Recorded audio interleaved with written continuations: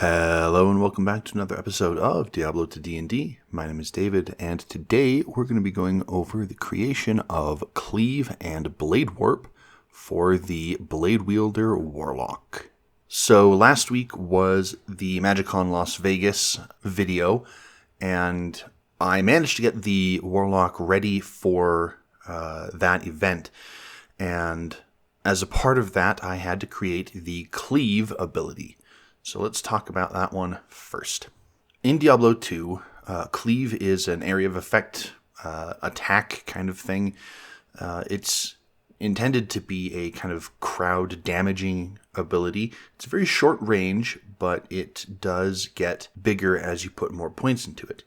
You start off with a small arc, hitting 2 or 3 things, and then eventually you teleport into the middle of a pack and then just swing your weapon and it hits everybody around you. When you get this ability in D&D, it is kind of that maxed out ability so that it hits everything around you. Think of it like Sword Burst from D&D. I don't think doing that is too terribly powerful, but there are some major differences that might need some tweaking as development continues. So let's take a look at it. Cleave. When you take this subclass at first level, you learn to offend the area around you with a sweep of your blade. As an action, each creature within reach of your weapon makes a dexterity saving throw against your spell save DC. On a fail, a creature takes damage equal to a roll of your weapon's damage dice plus your charisma modifier.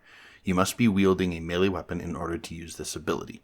So this has a few knobs that can be tweaked up or down.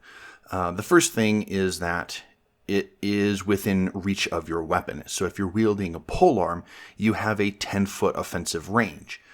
If you're wielding a dagger, a short sword, something else, well, I guess simple weapons, or then the area is just 5 feet.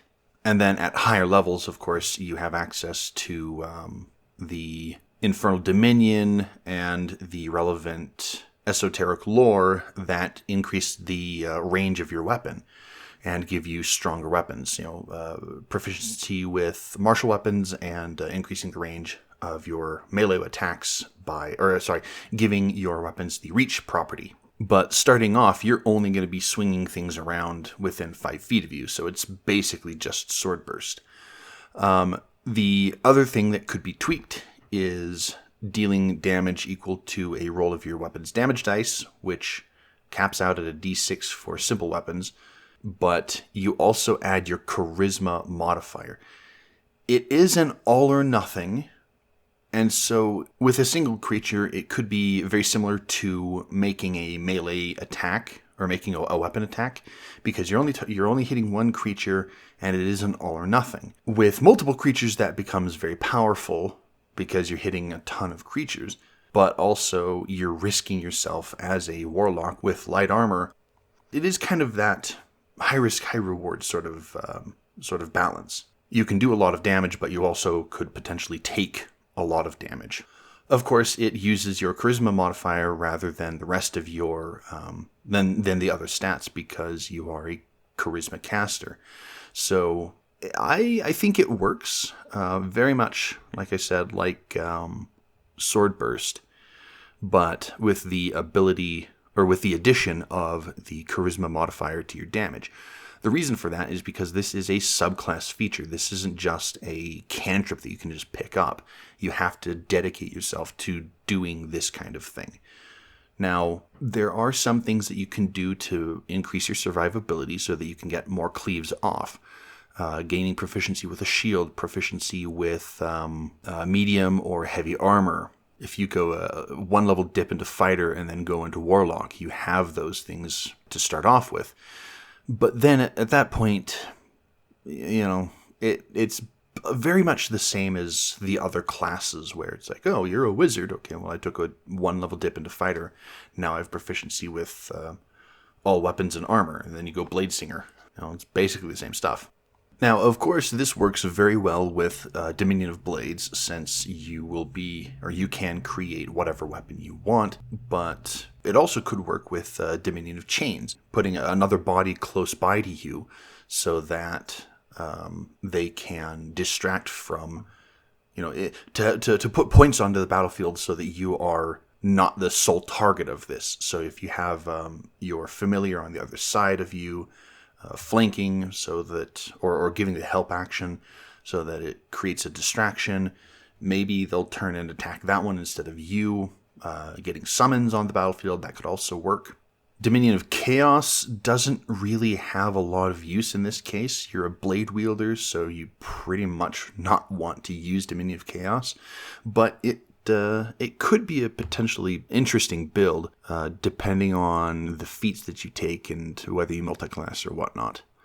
But that is Cleave, so let's talk about Blade Warp. Now, Blade Warp is pretty simple. You in Diablo 2, you throw a weapon, and wherever that weapon lands, you teleport to that place. It can't go through walls, so it's not as good as the sorceress's teleport, and it is far slower. So it's very much not as good, but it is still a teleport. You can get through jail cell bars, you can get through doors, you can get through packs of enemies to get into battle or to get out. But to note, this is an actual attack in Diablo 2. This is an actual attack that you're going to be throwing a weapon. But in D&D, I've modified it just very slightly. At 10th level, whenever you take the attack action with a melee weapon, you can teleport up to 15 feet to an unoccupied space you can see within 5 feet of your target before making the attack.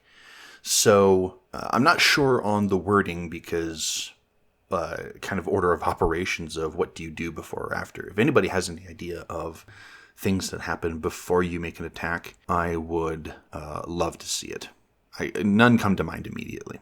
But for this, it is a short-range teleport. I considered making it 30 feet, so very similar to like Misty Step, but I figured 15 feet is long enough to get across gaps if you need to, throw your familiar, and then Blade Warp, throw your familiar, have your familiar fly over a gap, and then Blade Warp to them, make an attack roll against them. Maybe that might work.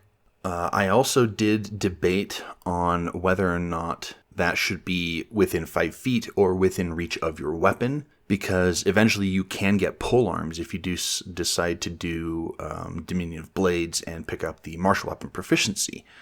But I figured 5 feet, it's close enough that it works.